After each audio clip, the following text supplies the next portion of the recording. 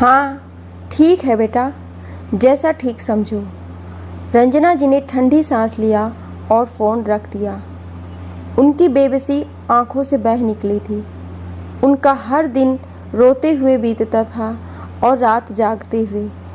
उम्मीद रहती थी कि दोनों बेटे फ़ोन करेंगे और उसका हाल चाल लेंगे।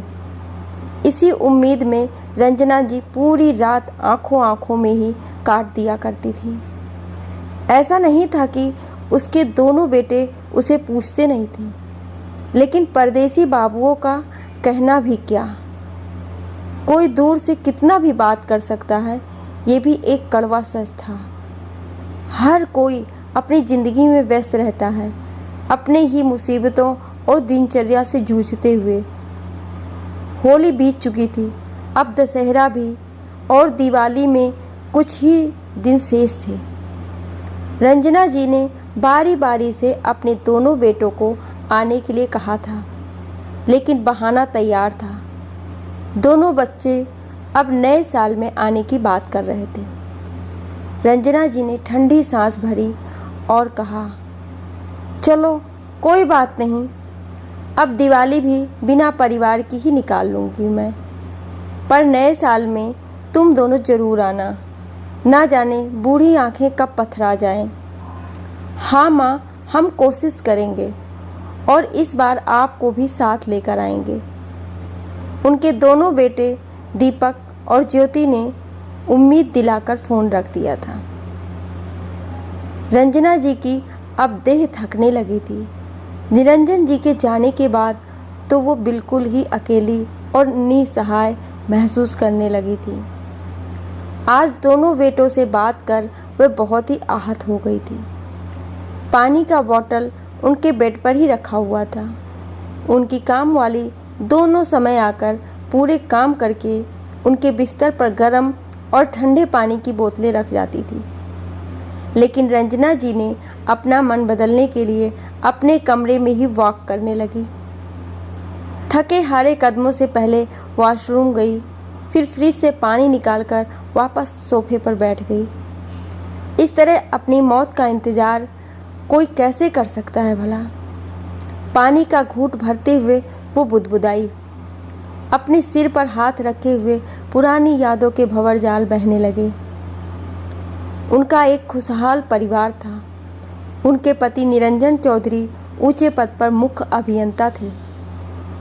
उनके 2 बच्चे थे, दोनों पढ़ाई में उतने ही तेज।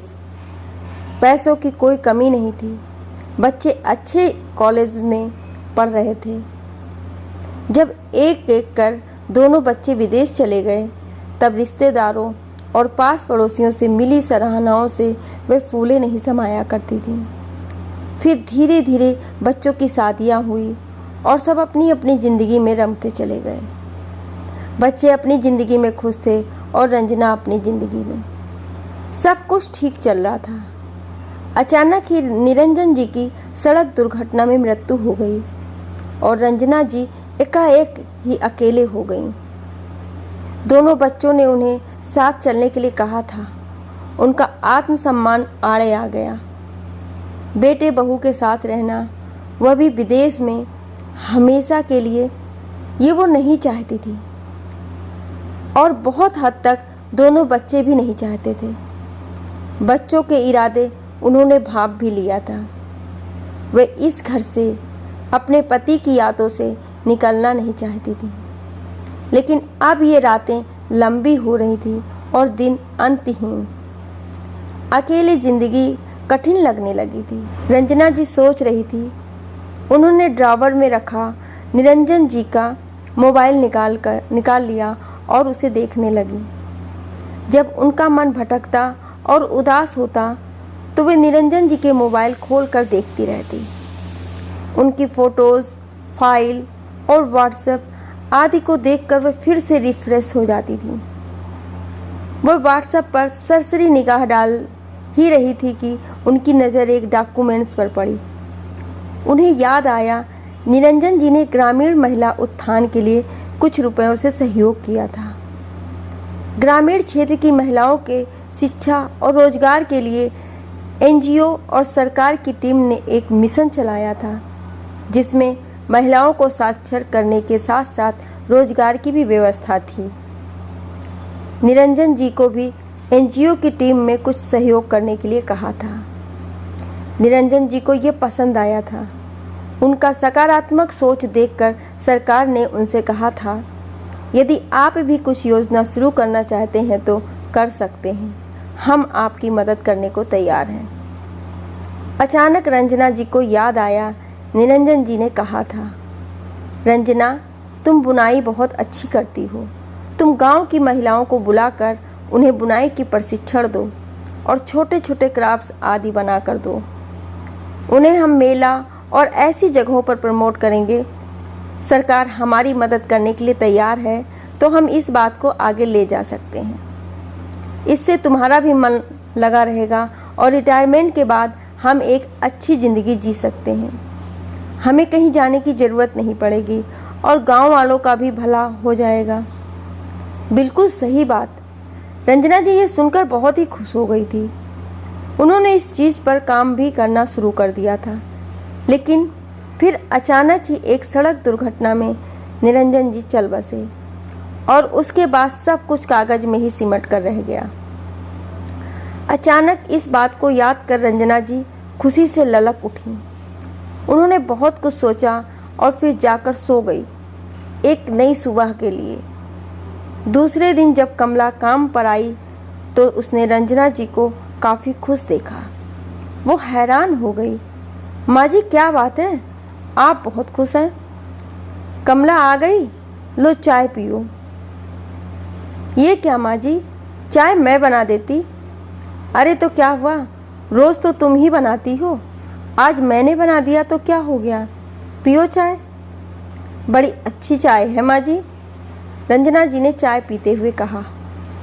कमला मेरी बात सुनो, तुम्हारे गांव देहात में जितनी भी महिलाएं यहाँ आकर मेरे से बुनाई सीखना चाहती हैं उसे बुला लिया करो। मैं कल से सभी को बुनाई सिखाया करूँगी। ठीक है माँ जी, पर अभी उसकी बात खत्म नहीं हुई थी कि रंजना जी ने कहा, बस सोच रही हूँ कि तेरे अंकल जी की आखिरी इच्छा पूरी कर दूँ। अगर ये हो गया तो उनकी आत्मा को शांति मिलेगी और मैं भी शांति से मर सकूँगी।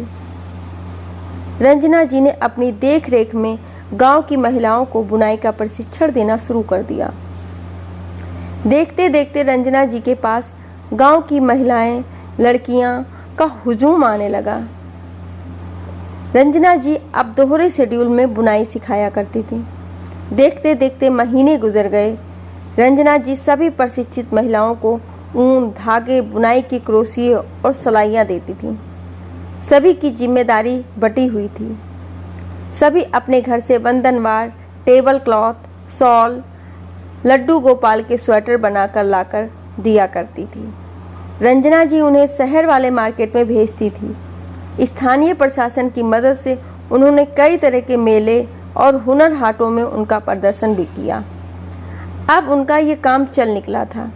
कई नामी ब्रांड और सरकारी संस्थानों ने उनके प्रोडक्ट्स हाथों हाथ खरीदना शुरू कर दिया था। अब रंजना जी के पास न सिर्फ अपना आत्मसम्मान लौट आया था, बल्कि वो कई लोगों के लिए मिसाल भी बन चुकी थी। आशा करती हूँ कि ये कहानी आपको अच्छी लगी होगी। कहानी अच्छी लगी हो तो लाइक, शेयर और कमेंट ज़रूर करिएगा और ऐसी ही कहानियाँ सुनने के लिए हमें सब्सक्राइब ज़रूर करें। Thank you.